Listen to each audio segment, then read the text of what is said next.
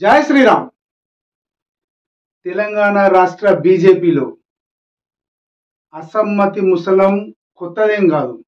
అంటే కొత్తగా కొందరు నాయకుల మీద వస్తున్న విమర్శలు కావచ్చు, లేకపోతే ఇంకా వారు అసమర్థులు అని చెప్పి అనడం లాంటి సంఘటనలు కానీ జరగడం అనేది కొత్తదేం కాదు. కానీ అత్యంత క్రూషియల్గా జూబ్లీ హిల్స్ ఉప ఎన్నికలు జరుగుతున్న తరుణంలో ఇలాంటి సందర్భంలో ఒక రకంగా ఒక సెక్షన్ ఆఫ్ మీడియా లేకపోతే కొందరు దాన్ని ఎలా చెప్పాలి, జాతీయవాద బృందాలు, అది ఎవరైనా కావచ్చు, జాతీయవాద బృందాలు కావాలని పనిగట్టుకొని ఇట్లాంటి క్రూషియల్ సమయంలో బీజేపీలో కొంత బదనం చేయడానికి, బీజేపీని డిఫేమ్ చేయడానికి కొన్ని పన్నాగాలు చేస్తున్నారేమో అన్న సందేహాలు మాత్రం సామాన్య కార్యకర్తల్లో, ప్రజల్లో, అంటే వీక్షకుల్లో వస్తున్నాయి. ఇది ఎంతవరకు కరెక్ట్ అనేది ఒక ప్రశ్న వస్తున్నది. ఇప్పుడు ఒకరిని విమర్శించాలనుకుంటే ఒకరి పండుగకు మనం పోవద్దు. పండుగ ఒకపోతే అయిపోయా, తర్వాత వాడు నన్ను వీల్లేడు చేయలేడు ఇవన్నీ తర్వాత మించిచ్చాడు, ఆ రాగబంధాలు రాగద్వేషాలన్నీ తర్వాత. కానీ ముందైతే పండుగనే తెలాలి కదా. మన ఇంట్లో అన్నదమ్ములు, బాబామరుదుల్లో, చుట్టాలు, బంధువుల్లో ఉంటే అరే ఫస్ట్ అయితే పండుగ లేని వాడిని నేను ఏమన్నాడు తర్వాత మాట్లాడుకుందామని అన్నట్టే ఉంటుంది. కానీ ఇప్పుడు పండుగ అవుతుంది కాబట్టి ఇప్పుడే అని నొత్తాలా, ఇప్పుడే అని సంగతి చెప్పాలా, ఇప్పుడే అని బదనం చేయాలని చెప్పి పెట్టుకోవడం అనేది ఒక మానసిక క్రూరత్వం లాగా కొందరు వ్యవహరిస్తున్నారనేది ఇక్కడ చర్చ నడుస్తున్నది. ఇందులో ముఖ్యంగా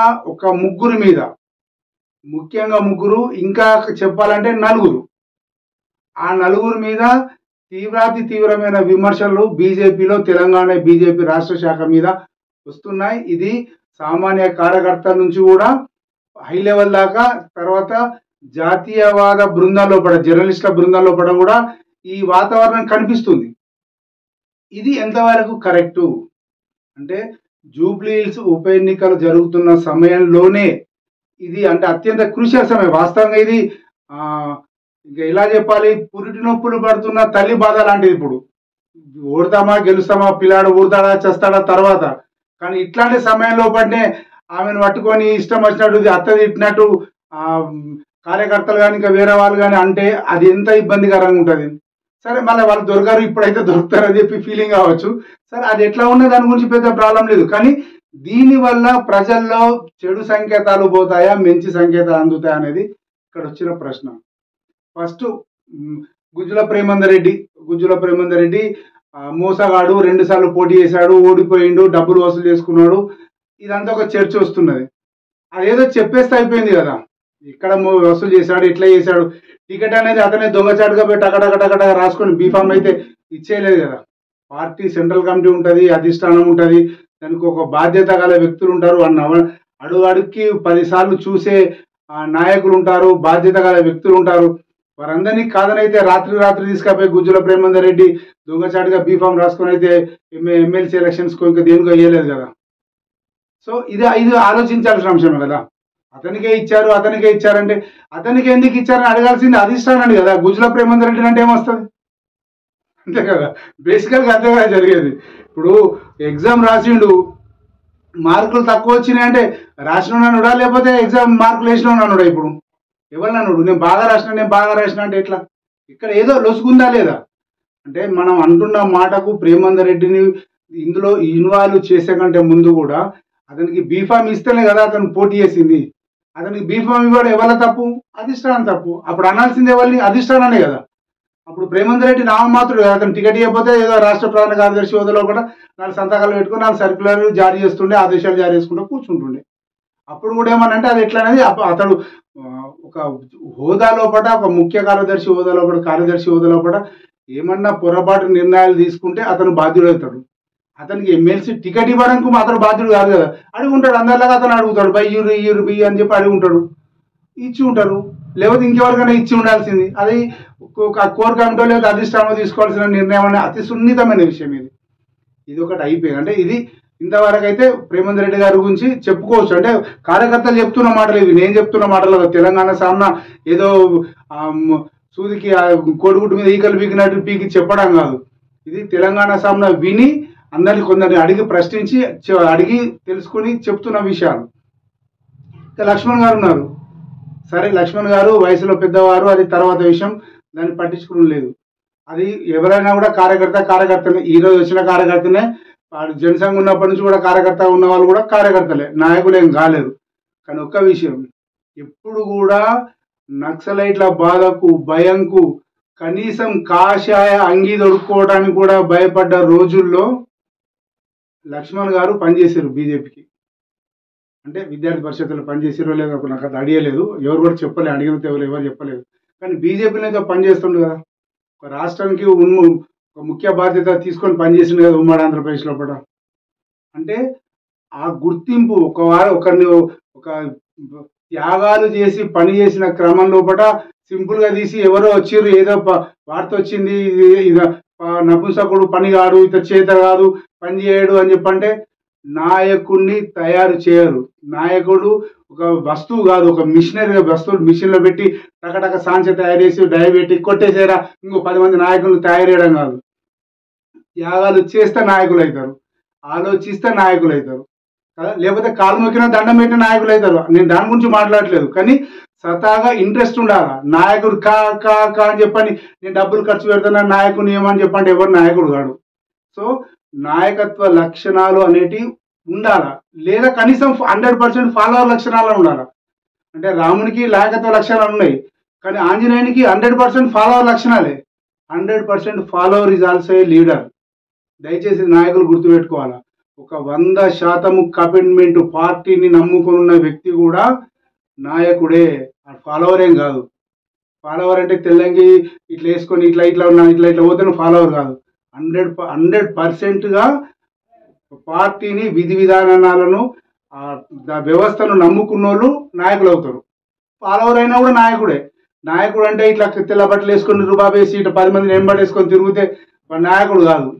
సో లక్ష్మణ్ గారు ఆ రకంగా మొదటి నుంచి కష్టపడ్డారు కాబట్టి అతనికి ఒక హోదా ఇచ్చారు. మీరు గమనించండి, విద్యాసాగర్ రావు ఉన్నారు, ఎమ్మెల్యే అయిపోయింది, లోక్సభ రాష్ట్రపతి లోపల రాష్ట్ర శాసనసభ లోపల ఏదో ఇచ్చేసినాం, శాసనసభ లీడర్ అయిపోయిండు, తర్వాత అయిపోయింది అని చెప్పి పంపించలేదు కదా. అతనికి ఒక అవకాశం ఇచ్చారు కేంద్ర శాఖ మంత్రిగా, ఎంపీగా గెలిచిన తర్వాత. అయినా కూడా అతను సేవలు తీసుకోవాలని చెప్పని గవర్నర్గా చేసారు. తర్వాత ఏం చేశారు, ఒక వయసు వచ్చిన తర్వాత ఒక స్టేజ్ అయిపోయినాక పక్కకు పెట్టిరా లేదా, ఇంకా పట్టుకొని పాకలాడే పరిస్థితి తీసుకొచ్చిర్రా. బండారు దత్తాత్రేయ గారు కూడా అదే పరిస్థితి కదా, నల్లు ఇంద్రసేన్ రెడ్డి గారు కూడా అదే పరిస్థితి కదా. అంటే ఒక స్థాయి లోపల గౌరవంగా పంపడం కూడా పార్టీ నేర్చుకోవాలా. ఇప్పుడు రామారావు గారు ఉన్నారు, వారు కూడా ఒక బాధ్యతగా తెలంగాణ, అంటే అత్యంత తక్కువ స్థాయి లోపల తెలంగాణ లోపల అసలు బీజేపీ అంటే చెప్పుకోవడానికి భయపడ్డ లెక్క లోపల కూడా గప్చుప్ ఎప్పుడు ఏ బస్ ఎక్కితే ఎవరికి తెలుస్తుంది అని చెప్పి రహస్యంగా పోయిన సందర్భాలు ఎన్నో ఉన్నాయి బీజేపీ వాళ్ళకు. బీజేపీ వాళ్ళకి కాదు, ఇంకా చాలా మందికి ఉన్నాయి. జాతీయ ఉద్యమం లోపల జాతీయ భావాలను నిర్మాణితం చేసే క్రమం లోపల ఇవన్నీ జరిగినాయి. అట్లా జరిగిన క్రమం లోపల వారికి మర్యాద ఇవ్వడమే. ఇప్పుడు కిషన్ రెడ్డి గారు ఉన్నారు, కిషన్ రెడ్డి గారు వచ్చిర్రు అంటే కిషన్ రెడ్డి కరెక్ట్. కిషన్ రెడ్డి నేను ఒక వీడియో చూశాను ఒకటి, కిషన్ రెడ్డి గారు ఎంతమంది నాయకులు తయారు చేసిండు అని చెప్పి ఒక దాంట్లో వచ్చింది. సరే ఒప్పుకుందాం, అతను ఎంతమంది నాయకులు తయారు చేసిండో లేదో నాకు తెలియదు, కానీ అసలు కిషన్ రెడ్డిని ఎవరు తయారు చేశారు ఫస్ట్ అద్దెలో అలా. కిషన్ రెడ్డిని ఎవరు తయారు చేశారు, బండి సంజయ్ని ఎవరు తయారు చేశారు కదా. బండి సంజయ్, కిషన్ రెడ్డి అయితే విద్యార్థి పరిషత్, అంటే విద్యార్థి పరిషత్ బీజేపీకి సంబంధం అని కాదు, జాతీయ ఉద్యమాల నుంచి వచ్చారు కాబట్టి వాళ్ళిద్దరిని తీసుకున్నాం. ఇంకా చాలా మందిని తీసుకోవచ్చు, కానీ వీళ్ళిద్దరైతే తీసుకున్నాం, ఒక హోదాలో ఉన్నారు కాబట్టి. వీళ్ళు ఎవరు తయారు చేశారు, ఎవరైనా తయారు చేసిరా, స్వతహాగా వాళ్ళు ఎదిగినరా. వాళ్ళు ఎదిగితే పార్టీ వాళ్ళని ఎంకరేజ్ చేసి ఉంటుంది. కానీ నువ్వు ఖచ్చితంగా నువ్వు పోటీ చేయాలా, బండి సంజయ్ నువ్వు ఎంపీగా పోటీ అయ్యి, నువ్వు ఎంపీగా పోటీ అని చెప్పి ఎవరైతే హైదరాబాద్ పెట్టి అయితే రావట్లేదు కదా. అంటే నాయకత్వ లక్షణాలు ఉండాలా. దీనికి వీళ్ళను కంపేర్ చేస్తూ ఇంకా ఏదో హైదరాబాద్ గోష్మాలకు సంబంధించి రాజాసింగ్ గారిని వారికి ఇచ్చేది ఉండే రాష్ట్ర ముఖ్య పదవి, ఇంకొకరికి ఇచ్చేది ఉండే అని చెప్పని ఎటో వీలైతే అటు మాట్లాడుతున్నారు. కరెక్ట్, అదంతా ఓకే అందాం, కానీ రామచంద్రరావు గారు ఇందులో తక్కువ.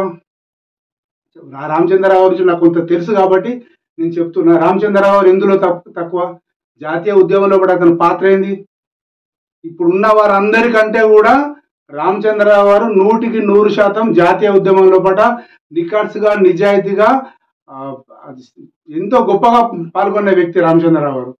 అంటే ఇదంతా ఎక్కడికి పోతుంది అంటే దీన్ని విమర్శించడం కాదు, ఇంకా దీంట్లో లొసుగులు ఉన్నాయి, లేవని అనట్లేదు. వీళ్ళందరిలో కూడా కొంత అంటే రామచంద్రరావు గారి దగ్గర తప్పితే కిషన్ రెడ్డి గారి దగ్గర కూడా కొంత లొసుగుంది, లేదని అనట్లేదు. లక్ష్మణ్ గారి దగ్గర కూడా లొసుగుంది. ఇక మన గుజ్జల ప్రేమేందర్ రెడ్డి గారి దగ్గర ఉండడానికి ఏముంది, అతని చేతిలో ఏం అధికారం ఉంది? కాకపోతే ఎమ్మెల్సీగా పోటీ చేసిండు, అది ఇష్టాన్ని చెప్తే పోటీ చేసిండు కాబట్టి అతని ఏం తప్పులేదు. వీళ్ళిద్దరి దగ్గర కూడా డెఫినెట్ గా కొంత లొసుగుంది. ఎందుకంటే అధికారంలో ఉన్నారు కాబట్టి చాలా మంది ఏం చేస్తారంటే నాకు ఆ పని కావాలి, ఈ పని కావాలని, ఇట్లా డెవలప్ చేయాలి, అట్లా డెవలప్ చేయాలని చెప్పి ఆశిస్తారు కార్యకర్తలు. ఎందుకంటే కొంత త్యాగం చేస్తారు కాబట్టి పార్టీ కోసం. మిగతా అన్ని పార్టీలో కూడా ఇలాంటి వ్యక్తి పూజల సంస్కృతి సాంప్రదాయాలు ఉన్నాయి కాబట్టి బీజేపీలో కూడా మనకు చెయ్యాలా, మన వాళ్ళని కొంచెం కాపాడుకోవాలా. ఎందుకంటే వాళ్ళు ఎంతో ఇంత త్యాగం చేసి ఉంటారన్న లెక్కను వాళ్ళు పట్టించుకోకపోవడం అనేది వాళ్ళు చేసిన తప్పే. నిజంగా అది తప్పైతే తప్పే, దాంట్లో ఎలాంటి డౌట్ లేదు.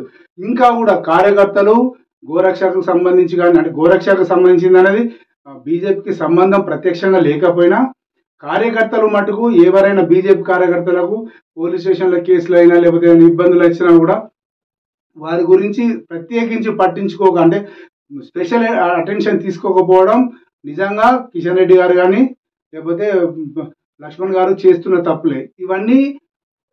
ఈ రెండు విషయాలు కనుక పక్కన పెడితే ఇంకా నాయకుల్ని తయారు చేసే కర్మాగారం కాదు, నాయకులు వాళ్ళు ఉత్పత్తి కావాలా. అంత తప్పితే ఎంతమంది నాయకులు తయారు చేసినావు, ఎన్ని చేసినావు అంటే అది కరెక్ట్ కాదు. అది అంటే వాదనకు నిలవలేని అంశాలు మాట్లాడుకొని ఇట్లాంటి క్రూషియల్ టైంలో, ముఖ్యంగా జూబ్లీ హిల్స్ కు సంబంధించిన ఎన్నికల్లో దీపక్ రెడ్డి గారు ఏదైతే బీజేపీ తరఫున పోటీ చేస్తున్నారో వారికి ఉన్న ఇమేజ్ను, అంటే ఇమేజ్ ఉందో లేదో అనేది తర్వాత విషయం, ఎవరికి వారి ఇమేజ్ ఉందా అనుకుంటారు. కాకపోతే ఇంతకుముందు పోటీ చేసింది కాబట్టి చలో ఇప్పుడు కూడా అతనికి అవకాశం ఇద్దాం, ట్రై చేస్తాడని చెప్పని ఒక అవకాశం ఇచ్చి ఉంటారు కావచ్చు. ఒక్కొక్కరు 7 నిమిషాలు పోటీ చేసి కూడా ఫెయిల్ అయిన వాళ్ళు చాలా మంది ఉన్నారు. వారికి ఇంట్రెస్ట్ ఉంది, కొత్త వాళ్ళని తీసుకొచ్చి మళ్ళీ ప్రయోగం చేయడం ఎందుకు అని చెప్పని ఇచ్చి ఉంటారు. సరే, అది ఏ రకంగా ఇచ్చినా కూడా అక్కడ ఇప్పుడున్న పరిస్థితి లోపల బీజేపీని పార్టీ పరంగా డిఫేమ్ చేయటానికి కొన్ని శక్తులు ఉద్దేశపూర్వకంగా బీజేపీపై విష ప్రయోగం చేస్తున్నాయి, మాటల ప్రయోగాన్ని చేస్తున్నాయి అన్న వాదనలు, ఆరోపణలు మటుకు వస్తున్నాయి. ఇది నాణానికి ఒకవైపే. ఇప్పుడు నేను మాట్లాడుతున్నా నాణానికి ఒకవైపే. వారిది ఇప్పుడు ఎవరైతే మాట్లాడారో వారిది నేను తప్పనట్లేదు, కానీ సందర్భం కాదంటున్నా. వాళ్ళు మాట్లాడిన దాంట్లో కూడా తప్పు ఉంది, వాళ్ళు ఏదో తప్పు మాట్లాడరని చెప్పి అనడం, చెప్పడం, వాళ్ళు విమర్శించడం కాదు. ఇది సందర్భం కాదు. ఎలక్షన్ అయినాక 2 రోజులకు నవంబర్ 11 నాడు ఎంతైనా మాట్లాడుకొని పార్టీ అంతర్గతంగా దాని మీద చర్చలు జరగని, అప్పుడు ఎవరైనా కూడా సంతోషిస్తారని చెప్పి పార్టీ కార్యకర్తలు చెప్తున్నారు. ఎవరైనా విచారం చేస్తూ ఉంటే కూడా అన్న ఇప్పుడు అడగాల్సింది కాదు, ఇప్పుడు అది పెట్టాల్సింది కాదు, ఇప్పుడు డిస్కస్ చేయాల్సింది కాదు, ఎలక్షన్ అయినాక వేసుకుంటే బాగుంటుంది కదా, ఇప్పుడు వాళ్ళే చెప్పుకుంటారు, ఎదుటి వ్యక్తి వాళ్ళే చెప్పుకుంటారు, వాళ్ళే కొట్టుకొని వస్తారు, ఇక వాళ్ళు ఏం చేస్తారు ఆ సేవ, వాళ్ళకే టైం సరిపోతలేదు అన్న చర్చ వస్తుంది అన్న మాట వచ్చింది. కాబట్టి ఆ ఉత్సాహాన్ని, అంటే ఆ బాధను, దాన్ని కార్యకర్తల బాధను కొంత జనంలోకి తీసుకెళ్ళడం సాధ్యమైనంత వరకు జనం ముందు పెడదామని ఆలోచనతో ఈ వీడియో చేస్తున్నాము. దీనిలో ముఖ్య ఉద్దేశం ఏంటంటే అక్కడ పార్టీ అనేది కేవలం రామచంద్రరావు గారి కన్సర్న్లోనే ఉంటుంది. అంత మాత్రం అతనే ఫైనల్ కాదు, దాని వెనుక ఇంకా వ్యవస్థలు బాగా ఉంటాయి. అది సాధారణంగా అందరికీ తెలిసిన విషయమే. కిషన్ రెడ్డి గారు ఒక నిర్ణయం తీసుకున్నా, లక్ష్మణ్ గారు నిర్ణయం తీసుకున్నా, బండి సంజయ్ గారు నిర్ణయం తీసుకున్నా కూడా దీని వెనుక మళ్ళీ ఎట్లా ఏందని చెప్పి రివ్యూ చేయడానికి మళ్ళీ పెద్ద తలకాయలు ఉంటాయన్న విషయము, పెద్ద ఆలోచనలు ఉంటాయన్న విషయము చాలా మందికి తెలిసిందే. కానీ ఇప్పుడున్న సందర్భంలో ఇలాంటి విమర్శపూరితమైన చర్చలు రావడం వల్ల కొంత ఇబ్బందికరమైన పరిస్థితి పార్టీకి తలెత్తే అవకాశం ఉందని మాత్రం కార్యకర్తలు వాపోతున్నారు, కొంచెం చెప్తున్నారు. ఇది మాత్రం సత్యం. జై శ్రీరామ్.